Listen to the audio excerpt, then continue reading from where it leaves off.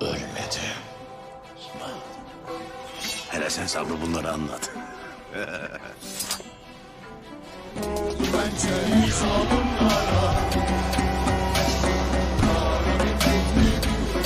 Kafire galip gelmek için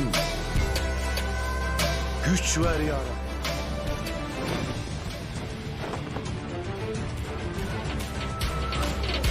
Dururken oyun kurmak senin ne haddine?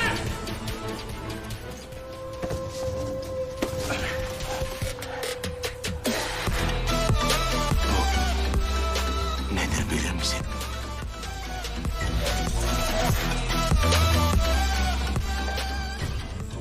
मुअज़्ज़ज़ नाज़रीन अस्सलाम वालेकुम। नाज़रीन इस किस्त के शुरू में आप देखेंगे बेल्जिक किले में नेकुला और रुगतोस मौजूद होते हैं। रुगतोस कहता है हमारे दुश्मन एक ही नेकुला, अहदाफ भी एक ही और हमारी सफ़े भी एक ही होनी चाहिए। तो नेकुला कहता है मजीद खुलकर बात करो रुगतोस। जवाबन रुगतोस कहता है ये रुगतोस लोग अपने अलावा किसी के बारे में नहीं सोचते, इनके पास तुम्हें देने के लिए कुछ नहीं है। इस पर नेकुला कहता है रुगतोस इस कदर पर यकीन मत तुम, इसलिए कि मुआहदे सिर्फ जंग में तय नहीं किए जाते। तुम्हारी पेशकश क्या है रुगतोस? यह सुनकर रुगतोस कहता है पापा ग्रिगोर को उस्मान के पास वापस ले जाने वाली चीज। उस्मान चाहे पादरी को हवाले कर भी दे तो भी उसे हवाले ना करे, वो अमानत। रुगतोस की बात सुनकर नेकुला चौंक जाता है और कहता है अमानत? क्या है वो अमानत? तो रुगतोस कहता है सिर्फ पादरी को हासिल करके ही मालूम कर सकते हैं और सिर्फ मुत्तहिद होकर ही पादरी को हासिल कर सकते हैं। जवाबन नेकुला कहता है मैं तुम्हारे इस पेशकश के बारे में सोचूंगा रुगतोस, मगर फिलहाल मसरूफ रहने के लिए बहुत अहम काम मौजूद है और वो है हम सब के मुस्तकबिल से जुड़ने वाला काफिला। यह सुनकर रुगतोस कहता है मुझे यकीन है तुम काफिले की हिफाजत कर लोगे। आप आया नेकुला तनहा नहीं है, इसके साथ ही वो दोनों शराब से लुत्फअंदोज होते हैं। दूसरी जानिब हरमान का किले में कोशिश के सामने बहादुर खड़ा होता है। कोशिश कहता है तो वो नहीं मरा है ना? यह कहते साथ ही कोशिश बहादुर के बैग में से एक तीर निकाल लेता है और फिर उसे बहादुर के गले पर रखते हुए कहता है तो तीर किस जगह मारा क्या? जवाबन बहादुर कहता है सीने में।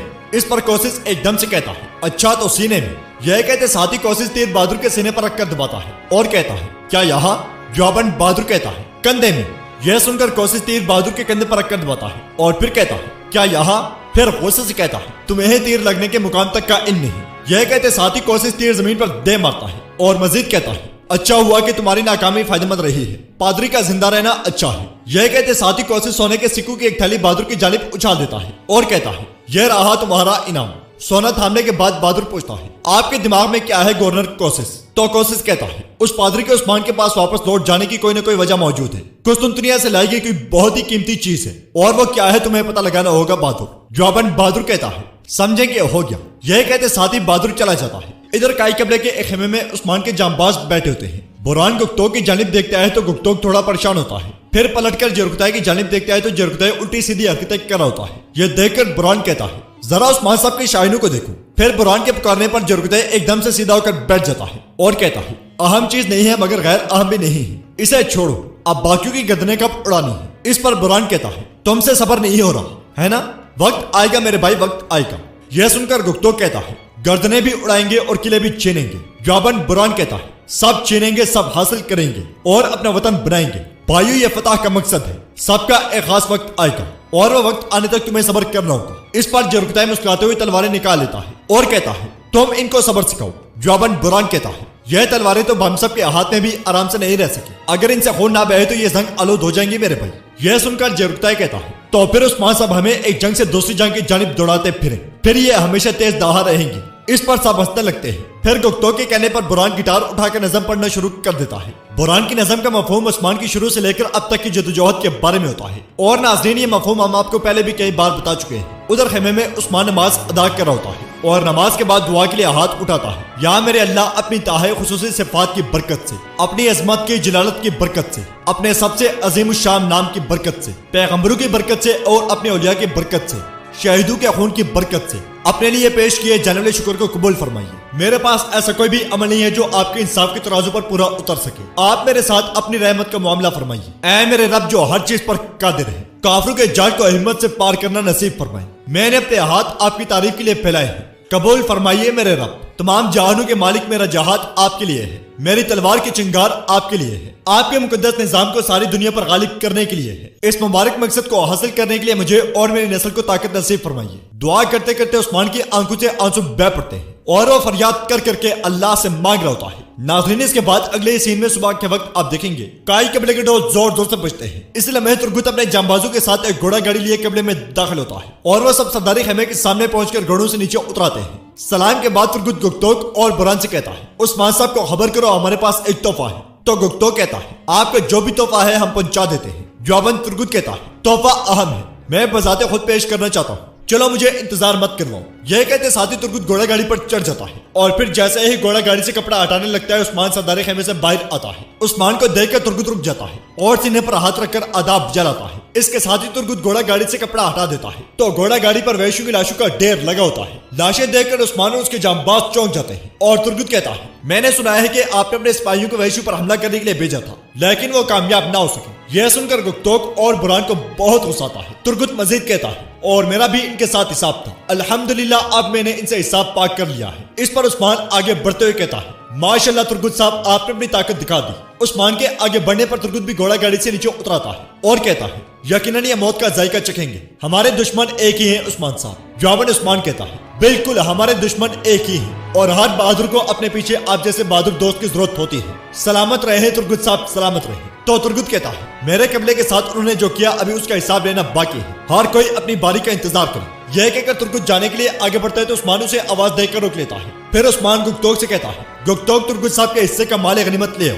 यह सुनकर बुरान और गुक्तोक आगे बढ़ जाते हैं और उस्मान तुर्गुत से कहता है, जब आप दुश्मनों से लड़ रहे थे तो हमने इनकी सबसे कीमती चीज काटी और आपका हिस्सा अलग कर दिया तुर्गुत साहब। इस पर तुर्गुत सीने पर हाथ रखकर उस्मान का शुक्रिया अदा करता है। उधर गुक्तोक और बुरान सिपाहियों से तुर्गुत का हिस्सा अलग करवा रहे होते हैं और गुक्तोक कहता है, यह अपनी नजर से हमें जलील करने की कोशिश कर रहा है, इनकी लाशें हमें लेकर आनी चाहिए थी भाई। तो बुरान गुक्तोक को हौसला देते हुए कहता है, गुक्तोक अपने आप को अजियत मत दो, आखिरकार गद्दार अपने अंजाम को पहुंचे, इस बात पर गमगीन ना हो कि हमने इन्हें कत्ल नहीं किया। दूसरी जानिब हरमन के किले में मारी और कॉर्नेलिया एक कमरे में मौजूद होती है। मारी कहती है, हमने मलून खातून की अच्छी तरह से मेजबानी की और वो बाखुशी किले से रुखसत हो गई। इस पर कॉर्नेलिया कोई जवाब नहीं देती और कामकाज में लगी रहती है। यह देखकर मारी उसके हाथ से कपड़े खींचते हुए कहती है, लेकिन तुम्हें उनके सामने अपनी बातचीत पर गौर करना होगा, यह मत भूलना कि वो हमारे दुश्मन है। जवाबन कॉर्नेलिया कहती है, मोहतरमा आप ठीक कह रही है। इस लम्हे गुस्से से भरा हुआ कोसिस कमरे के अंदर दाखिल होता है। उसे देखकर कॉर्नेलिया एकदम से चली जाती है और कोसिस चिल्लाते हुए मारी से कहता है, उस्मान की बीवी यहाँ क्या कर रही थी मारी,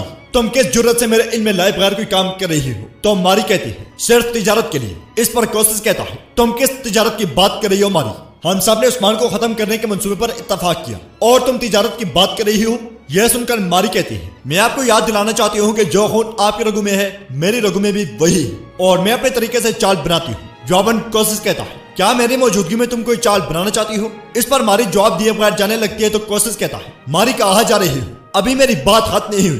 तो मारी कहती है, मेरी बात खत्म हो गई है और अगर आपको पूछने का ज्यादा ही शौक है तो मैं शिकार करने जा रही हूँ और अपना गुस्सा ठंडा होने तक वापस नहीं आऊंगी। यह कहते साथ ही मारी चली जाती है और कोसिस चिल्लाते हुए कहता है, ऐ खुदावन तो ही जानता है। उधर जंगल में आयगुल अपने कपड़े धो रही होती है। इसी दौरान जरकुतै वहां आता है और कहता है, आयगुल साहिबा कहाँ है, क्या तुम्हें मालूम है। तो आयगुल कहती है, क्या कह रहे हो पागल, में यही हूँ। इस पर जरकुतै कहता है, नहीं मैं उस आयगुल को ढूंढ रहा हूँ जिसके हाथ में तलवार होती है और वो दुश्मनों पर नेज़े फेंकती है और 7 आदमियों पर अकेले ही गालिब आ जाती है। यह सुनकर आयगुल एकदम से जरकुतै के गले पर खंजर रखकर उसे दरख्त की ओट में ले जाती है और कहती है, तुम किस बारे में बात कर रहे हो। तो जरकुतै कहता है, यह खंजर मुझे कुछ नहीं कर सकता, तुम्हारे खंजर से बहुत पहले ही तुम्हारी बहादुर आंखों ने मुझे मार डाला है पागल लड़की। यह सुनकर आयगुल खंजर जमीन पर फेंक देती है और फिर तेजी से कामकाज में लग जाती है। यह देखकर जरकुतै एकदम से आयगुल के सामने आकर खड़ा हो जाता है और उसे एक पोत दिखाते हुए कहता है, जानती हो ये क्या है। तो आयगुल कहती है, क्या है। जवाबन जरकुतै कहता है, यह फूल है। इस पर आयगुल तंज करते हुए कहती है, क्या वाकई ये फूल है।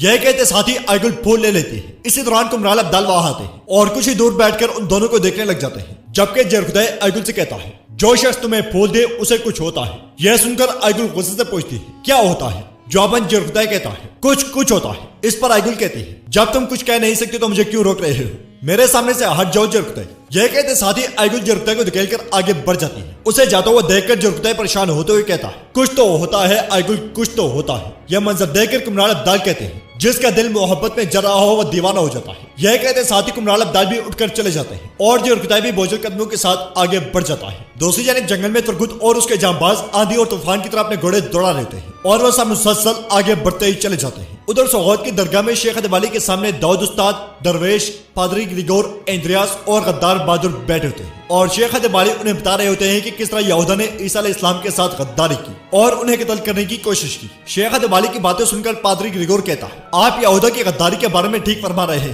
لیکن انہیں سولی پر چڑھائے جانے کے حوالے سے آپ غلطی پر ہیں۔ ادھر جنگل میں ماریکو اور نیلیا اور بازنطینی سپاہیوں کے ساتھ شکار تلاش کر رہی تھی۔ کافی دیر تلاش کے بعد جب ماری شکار کو دیکھتی ہے تو اس کا نشانہ لینے لگ جاتی ہے۔ اسی لمحے ایک بازنطینی سپاہی اپنے ساتھی سے کہتا ہے پچھلی بار ایک بڑا پرندہ آیا تھا، تو اس کا ساتھی پوچھتا ہے تم نے کیا کیا؟ کیا اس کا شکار کیا؟ ان کی آوازیں سن کر شکار اڑ جاتا ہے۔ یہ دیکھ کر ماری کو بہت غصہ آتا ہے اور وہ سپاہیوں سے کہتی ہے خاموش ہو جاؤ بیوقوف لوگوں، سب یہی رکو۔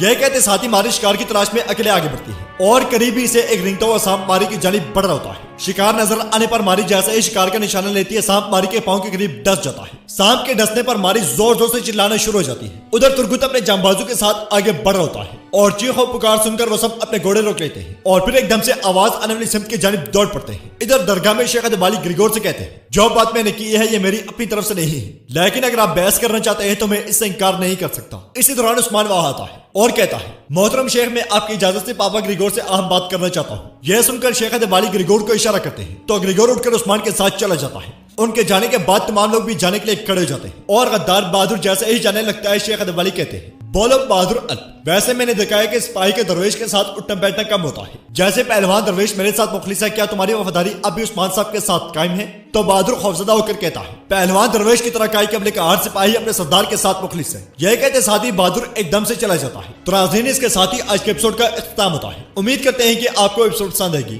اگر آپ کو ایپیسوڈ پسند ہے تو اسے لائک کریں، چینل کو سبسکرائب کریں۔